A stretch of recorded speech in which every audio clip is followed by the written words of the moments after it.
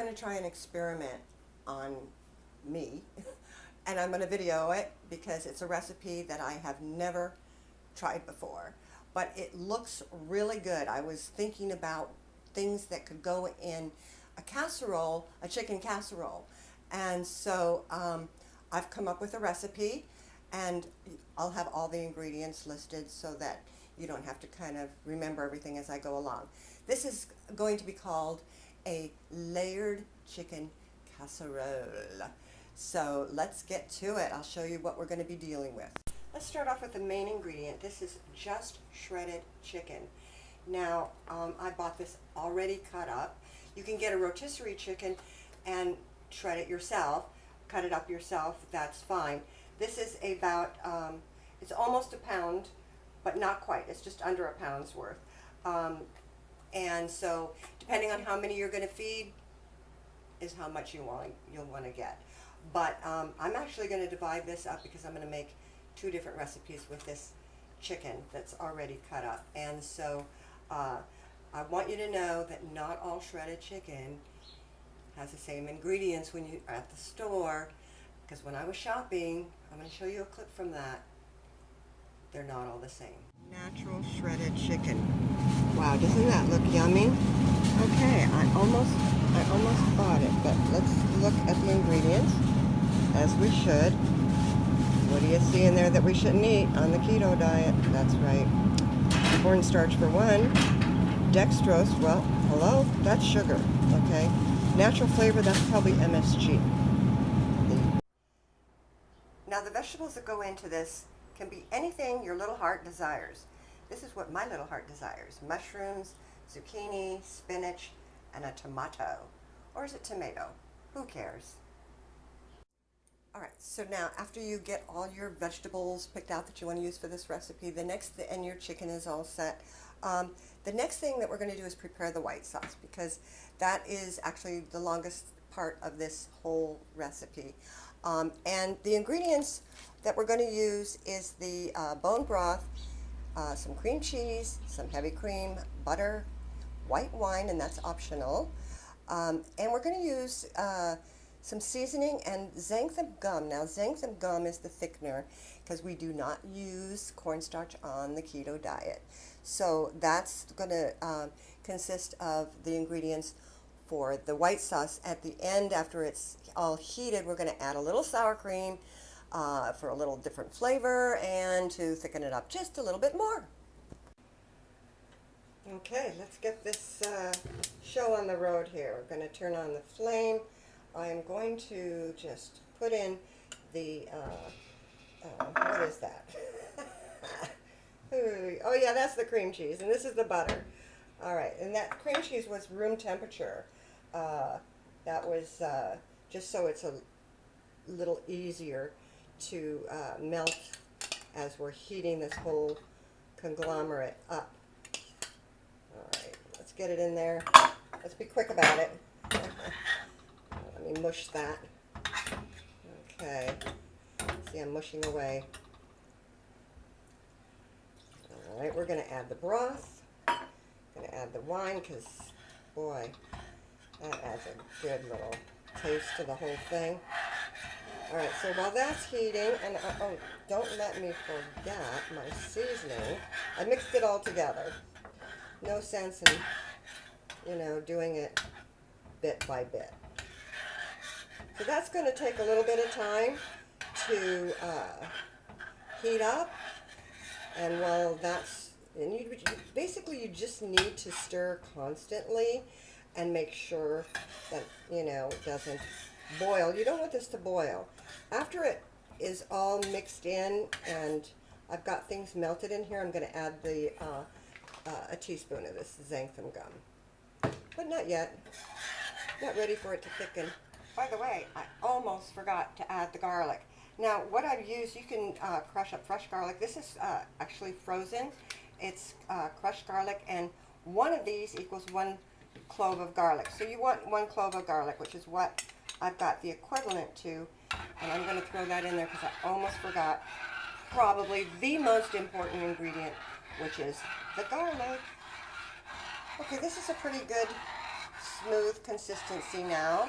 It's been over the flame for like 4 minutes is my guess. I didn't really count. I think it's time for me to thicken it up and add a little of the xanthan gum. So I'm going to do that. And I'm just using a half a teaspoon.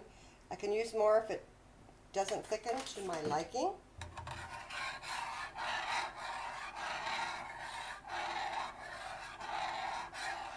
Alright, I am going to turn off this flame. And now I'll just throw in, alright, I'll put it in. I won't throw it. I'm going to put in the sour cream.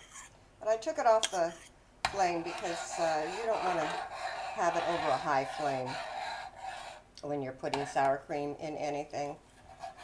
There we go. That's making it a little bit thicker, which is way cool. You can always do a taste test, see if you want to add any more seasoning or anything else, but this is looking pretty good. I'm going to get the rest of the vegetables ready. I'm going to cut up the tomato, and I've already got the mushrooms. They're all ready to go. I cut those up earlier, so those are ready. So now I've got that. One of the things I wanted to show you about the zucchini is that you can do it a couple different ways. You can slice it like that and put it in. And the other thing is, if you actually wanted to have like a noodle layer, you just shred it. This is not shredding. You just take your cutter, and then you get slices of zucchini instead of cut up zucchini.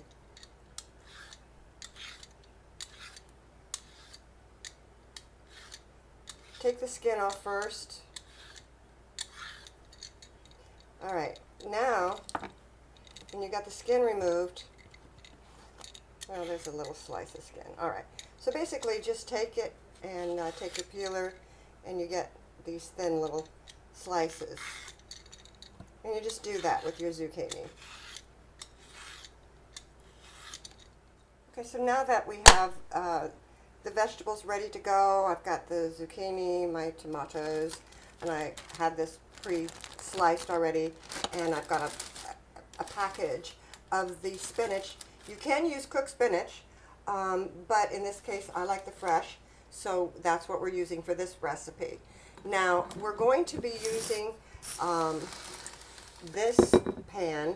You can use a bigger pan if you have more people that you want to feed. I don't have a lot of people to feed, so I'm just going to start putting some chicken on the bottom of this particular dish. And this is what we call our layered casserole.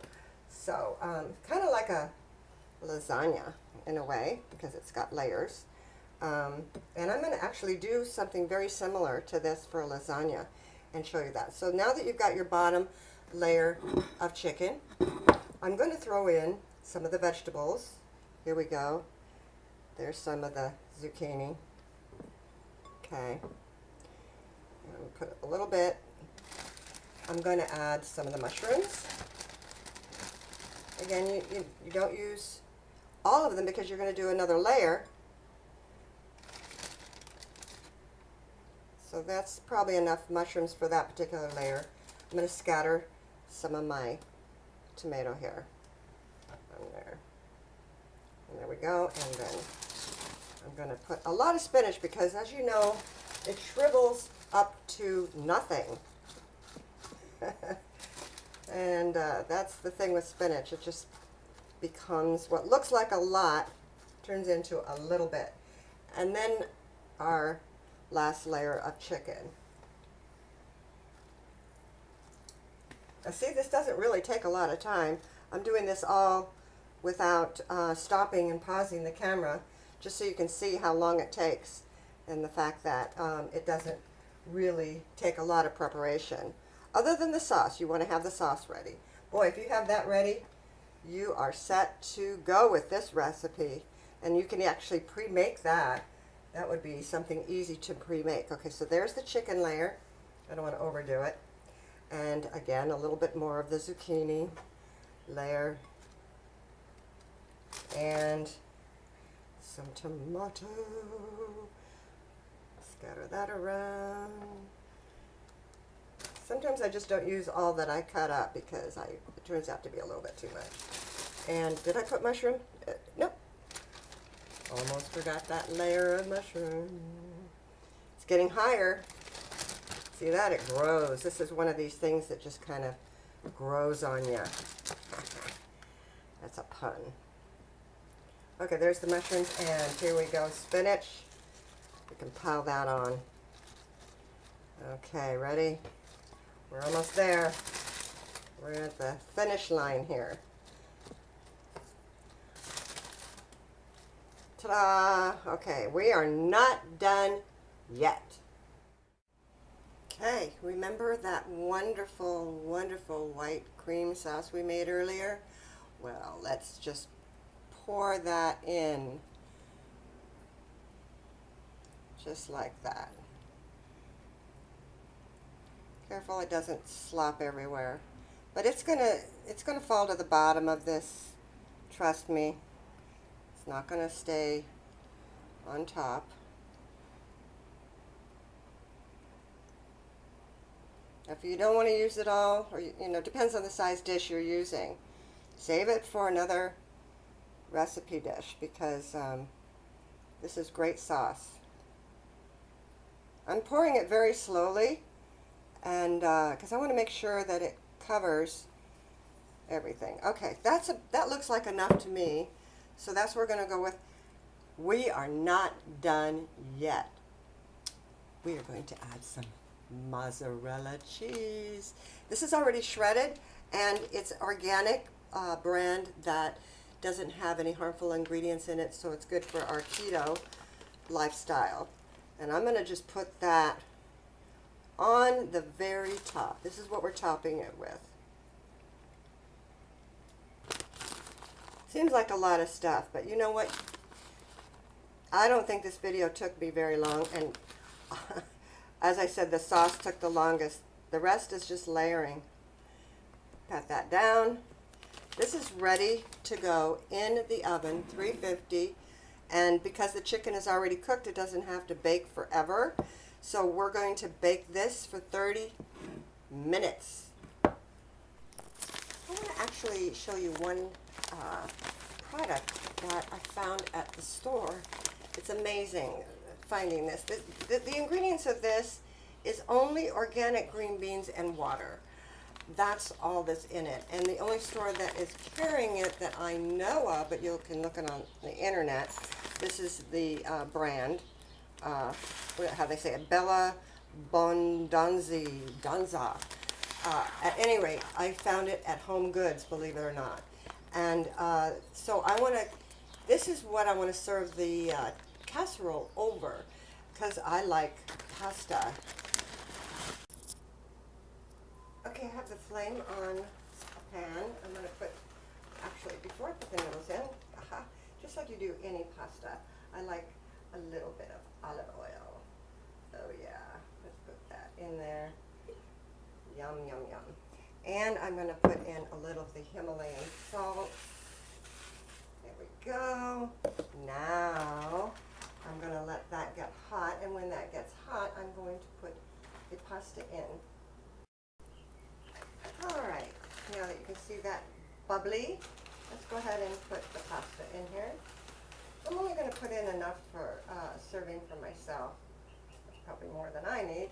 And then I'm going to save the rest for another time. This only cooks for 4 or 5 minutes tops. It actually cooks really fast, okay? Okay, it's time to drain the cooked pasta. There it is. And that is what we're going to serve the casserole over. Here it is out of the oven. Everything melted in there. Looking good. We're going to let that set for probably 15 minutes before we cut into it, okay? So that's what we're going to do. All right, we're ready to serve.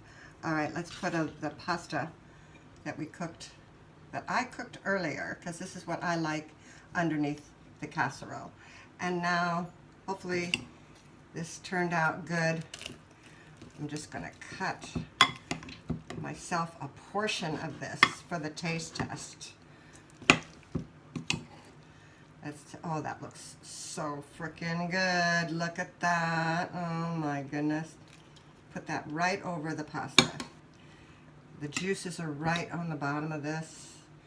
Gonna pour that. Just give yourself as much as you want. Your little heart desires. Okay. You can see that the sauce has cooked in the bottom there. All right.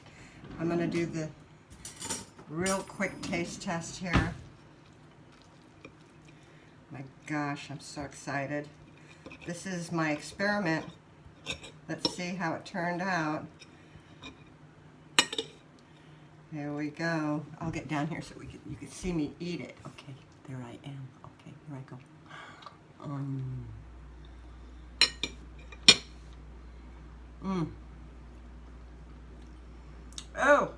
Oh. No, I'm kidding. It's really good. All right. Sorry.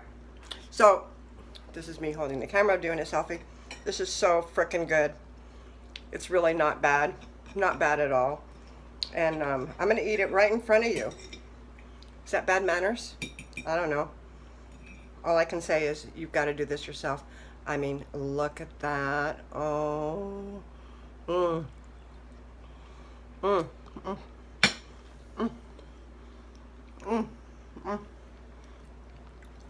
Okay. I'm going to eat the whole thing. Oh, yeah. Anyway, over and out. I'm going to enjoy this. I don't want it to get cold. So I hope that it turns out as well as it did for me, for you, and leave comments and let me know how you did, okay, if you tried it, okay, and if you like it. Right.